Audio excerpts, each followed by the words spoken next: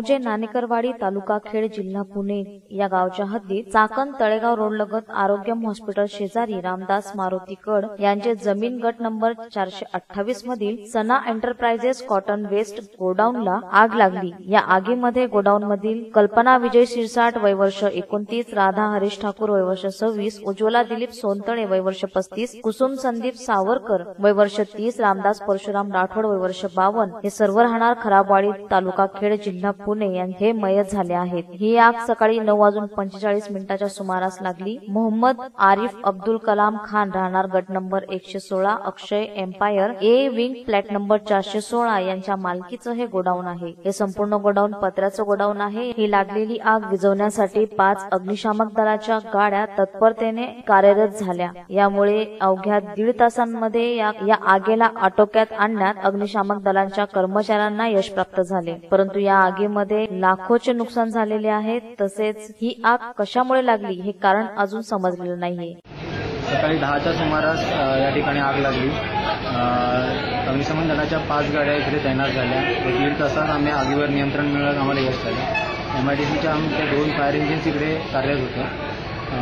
5 casualties मिळाल्या कंपनीत, त्यांना हॉस्पिटल पाठवण्यात आले आहे।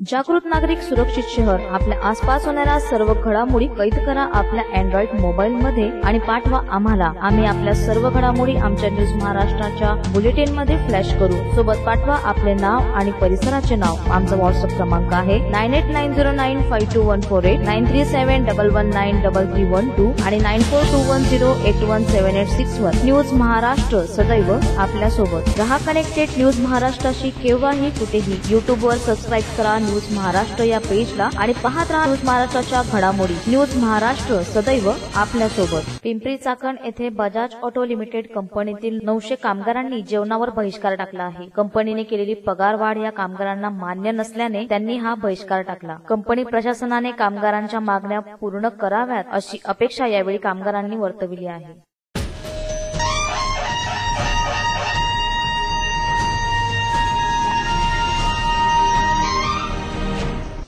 भिवंडी येथील महानगरपालिका शिक्षण विभागातील प्रशासनाचा गलथान कारभार उघडकीस आला आहे। यामध्ये विद्यार्थिनींना शिक्षकांची कमी आहे, तसेच धोकादायक इमारतीमध्ये या विद्यार्थ्यांना शिकवलं जात आहे। या निषेधार्थ 70 नंबर शाळेतील विद्यार्थ्यांनी महानगरपालिकेच्या गेटवर धरणं आंदोलन केले। परंतु या विद्यार्थ्यांनी केलेल्या धरणं आंदोलनाकडे सर्वांनी दुर्लक्ष केले। लोकप्रतिनिधींचेही याकडे दुर्लक्ष राहिले। लवकरात लवकर शिक्षकांची भरती करण्यात यावी, सुरक्षित ठिकाणी विद्यार्थ्यांना शिकवण्यात यावे अशी मागणी यावेळी विद्यार्थ्यांनी केली।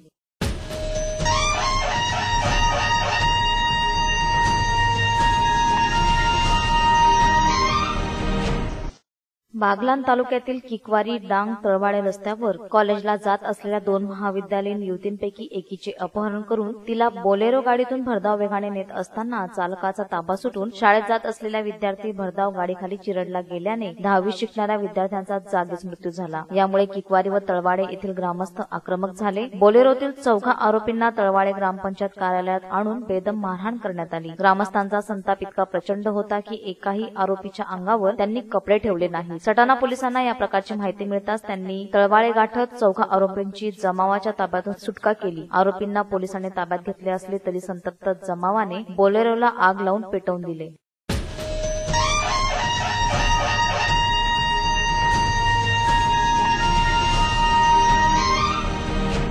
जागृत नागरिक सुरक्षित शहर। आपल्या आसपास होणाऱ्या सर्व घडामोडी कैद करा आपल्या अँड्रॉइड मोबाईल मध्ये आणि पाठवा आम्हाला। आम्ही आपल्या सर्व घडामोडी आमच्या न्यूज महाराष्ट्राच्या बुलेटिन मध्ये फ्लॅश करू। सोबत पाठवा आपले नाव आणि परिसराचे नाव। आमचा व्हॉट्सअप क्रमांक आहे 9890952148, 9371193312 आणि 9421081786 न्यूज महाराष्ट्र सदैव आपल्या सोबत। रहा कनेक्टेड न्यूज महाराष्ट्राशी केव्हाही कुठेही। YouTube वर सबस्क्राईब करा न्यूज महाराष्ट्र या पेजला आणि पाहत राहा न्यूज महाराष्ट्राच्या घडामोडी. न्यूज महाराष्ट्र सदैव आपल्यासोबत. रोहिणखेड येथील मालूबाई प्रभाकर निंबोळकर यांनी मी घरी हजर नसताना आरोपी गोल्या उर्फ आकाश गंगाराम दांडगे राहणार रोहिणखेड याने आपल्या मुलीला लग्नाचे आमिष दाखवून फूस लावून पळून नेले असल्याची तक्रार पोलीस स्टेशनला दाखल केली आहे. याबद्दलचा पुढील तपास police head constable Madhav Pohekar, police constable Dnyaneshwar Dahatonde, समाधान देशमाने हे करीत आहेत.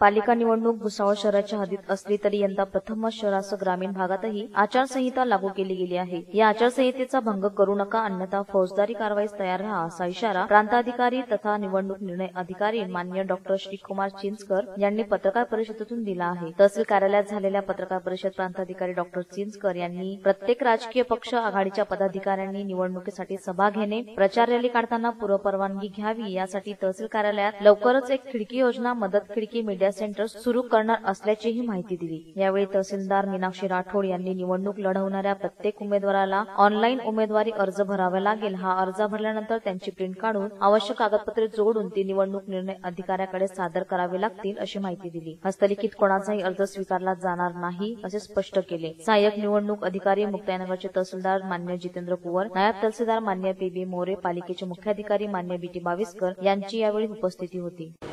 आचारसंहिता त्याचं पालन करणं हे निवडणूक आयोगाचे आदेश आहेत तसे, आणि त्यानुसार कुठलंही राजकीय पक्ष म्हणजे त्यांनी त्यांच्या सिम्बॉल्स वगैरे त्यांचा कुठलाही वापर करायचा नाही. कुठल्याही मतदारांच्या वागणुकीवर प्रभाव टाकणारे कुठलंही चिन्ह, त्याच्यानंतर बॅनर्स, पाट्या, जे काही असेल, शासकीय गाड्यांचा वापर, राजकीय, या सगळ्यांचा वापर टाळायचा आणि कुठल्याही प्रकारे मतदारांच्या वर्तणुकीवर परिणाम होणार नाही असं काही करण्याच्या सूचना आहेत. कडक कारवाई काय असेल आढळलंच तर मग कडक कारवाई केलीच तर कडक कारवाई करण्याच्या सूचना आहेत. म्हणजे FIR दाखल करण्याच्या सूचना, आणि ज्या ऑफिसच्या अंतर्गत हे होईल त्या ऑफिसवाल्यांनीच FIR दाखल करायचा आणि FIR दाखल करून कडक अंमलबजावणी करण्याचं आम्हाला सक्त सूचना आहेत. त्यामुळं या बाबतीत कोणाची काही केली जाणार.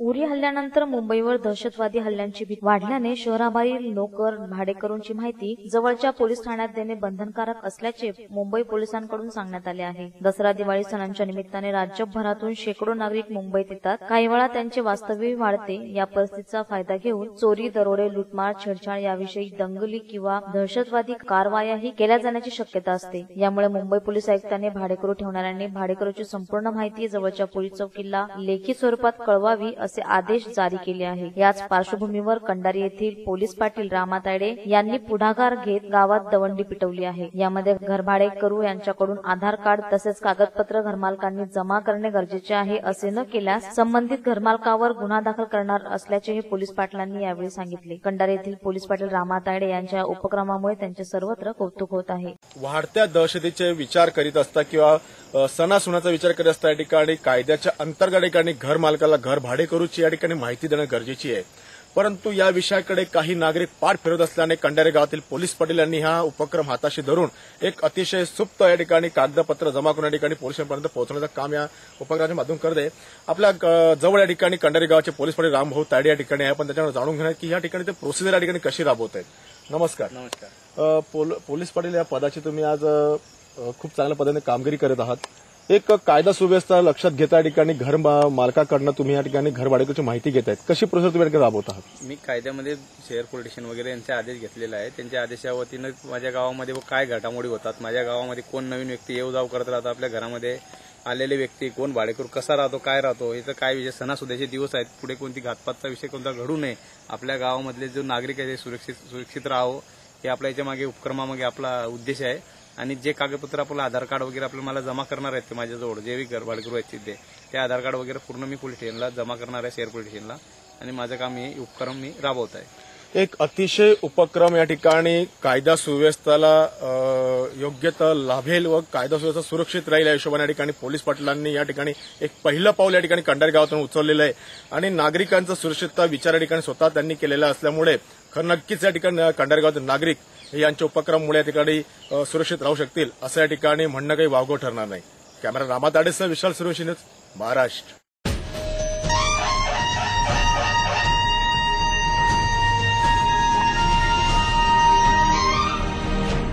जागृत नागरिक सुरक्षित शहर. आपल्या आसपास होणाऱ्या सर्व घडामोडी कैद करा आपल्या अँड्रॉइड मोबाईलमध्ये आणि पाठवा आम्हाला. आम्ही आपल्या सर्व घडामोडी आमच्या न्यूज महाराष्ट्राच्या बुलेटिनमध्ये फ्लॅश करू. सोबत पाठवा आपले नाव आणि परिसराचे नाव. आमचा व्हॉट्सअप क्रमांक आहे 9890952148, 9371193312 आणि 9421081781. न्यूज महाराष्ट्र सदैव आपल्यासोबत. रहा कनेक्टेड न्यूज महाराष्ट्राशी केव्हाही कुठेही. युट्यूबवर सबस्क्राईब करा न्यूज महाराष्ट्र या पेजला आणि पाहत राहा न्यूज महाराष्ट्राच्या घडामोडी. न्यूज महाराष्ट्र सदैव आपल्यासोबत. कंडारी गावातील डॉक्टर बाबासाहेब आंबेडकर यांच्या पुतळ्याजवळ असलेले डॉक्टर भोळे यांच्या हॉस्पिटलमध्ये दिनांक 19 ऑक्टोबर रोजी रात्रीच्या सुमारास बुरट्या चोरांनी दवाखान्याचे कुलूप तोडून चोरी केली. दवाखान्यातील सर्व सामान अस्ताव्यस्त केला गेला होता. महत्वाच्या व्यवहारी डायऱ्या व 15,000 रुपये असलेल्या लॉकर सोबत घेऊन जाऊन त्यांनी एका नाल्याजवळ फेकला. गल्ल्यातील रोकड काढून चोरट्यांनी हिशोबाच्या डायऱ्या या नाल्यात फेकून दिल्याने डॉक्टर भोळे यांचे फार मोठे नुकसान झाले आहे. घटनास्थळी शहर पोलीस स्टेशनचे एपीआय यांनी पाहणी केली. गावात गेल्या काही वर्षापूर्वी ओमकार मेडिकल फोडण्यात आले होते. त्यातील सामान व गल्ला याच नाल्याजवळ फेकण्यात आला होता. घटनेचा प्रकार हा सारखा असल्याने चोर हा गावातलाच असल्याचे वर्तविले जात आहे. डॉक्टर भोळे यांच्या दवाखान्यात चोरी झाल्याने बघ्यांची फार मोठ्या प्रमाणात गर्दी येथे जमली होती. दिवाळी सण हा जवळ आलेला असून गावात चोरी घटना घडल्याने नागरिकांमध्ये भीतीचे वातावरण पसरले आहे. गावात पोलिसांची गस्त वाढवण्याची मागणी नागरिकांकडून होत आहे.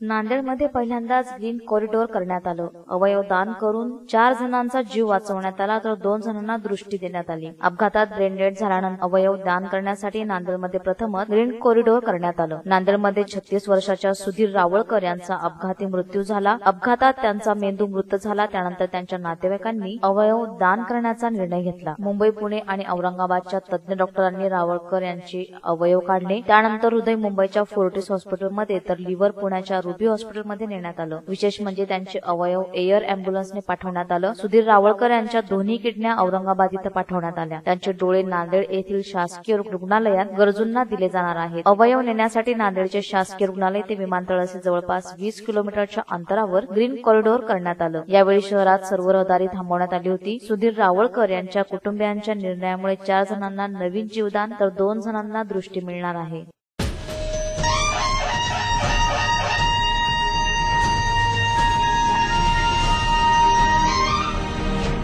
शिळगाव बॅरेजला 700 कोटी रुपये भरीव निधी मंजूर करून आणल्याबद्दल रावेर यावल मतदारसंघाचे लोकप्रिय आमदार मान्य हरिभाऊ जावळे यांचे पाडळसे येथे नागरी सत्कार करण्यात आला. यावेळी पाडळसे सरपंच सौमिनाताई नितीन तायडे, ग्रामपंचायत सदस्य खेमचंद्र कोळी, सामाजिक कार्यकर्ता नितीनभाऊ तायडे, यशवंत चौधरी, ग्रामपंचायत सदस्य ज्ञानेश्वर तायडे, रमेश महेश्वरी, गोपाळ भंगाळे, प्रकाश कचरे, विष्णू गुरुजी, योगेश पाटील, वासुदेव कोळी, संतोष तेली यांच्यासह मोठ्या प्रमाणात ग्रामस्थ यांची उपस्थिती होती.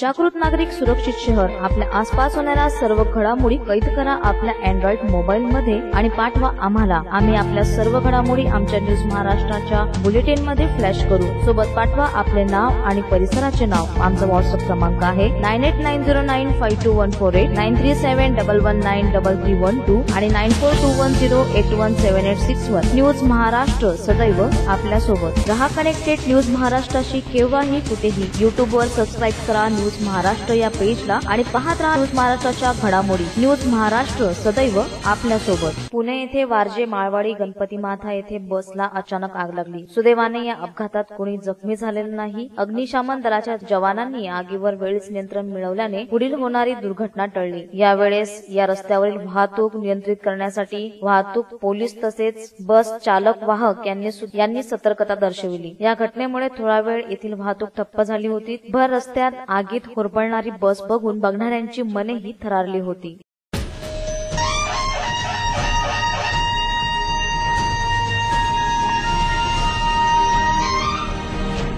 तहसील कार्यालयाच्या गौण खनिज भरारी पथकातर्फे अवैधरित्या वाळू व डबर वाहतूक करणाऱ्या 5 वाहन चालकांवर कारवाई करण्यात आली असून 85,000चा दंड सुनावण्यात आला आहे. तालुक्यात अवैधरित्या गौण खनिज वाहतूक सर्रासपणे करण्यात येत आहे. यामुळे शासनाचा लाखो रुपयाचा महसूल बुडत असून मोठ्या प्रमाणावर नुकसान होत आहे. याला आळा घालण्यासाठी तहसीलदार मीनाक्षी राठोड यांनी पथक नियुक्त केले आहे. ही वाहने सदर किन्हीकडून जळगावकडे डबर व रेतीची वाहतूक करीत असताना नवोदय विद्यालयाजवळ तपासणी केली असता अवैधरित्या वाहतूक करीत असल्याचे उघड झाल्याने या वाहनांना तहसील कार्यालयात जमा करण्यात आले आहे.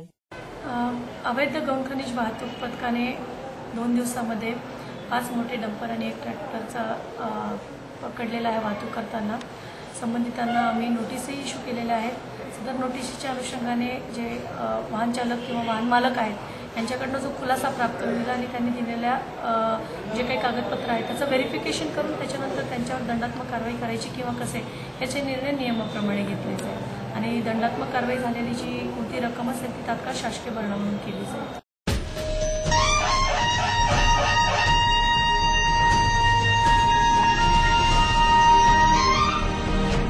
विरार चर्चगेट डहाणू लोकलमध्ये 2 प्रवासी गटात हाणामारी झाली. विरार रेल्वे स्थानकात आरपीएफने लाठीचार्ज करून 8 ते 9 प्रवाशांना ताब्यात घेतलं आहे. विरार प्रवाशांना विरारमध्ये उतरू न देता डहाणू प्रवासी गटाने वैतरणा रेल्वे स्थानकात उतरविले. पुन्हा ही घटना घडल्याने याच वादातून 2 गटात हा वाद झाला. विरार प्रवासी डहाणू लोकलमधून प्रवास करीत असल्याचा राग मनात धरून ही हाणामारी घडली. हा प्रकार दिनांक 20 ऑक्टोबर रोजी रात्री 9:30 ते 10च्या सुमारास घडला.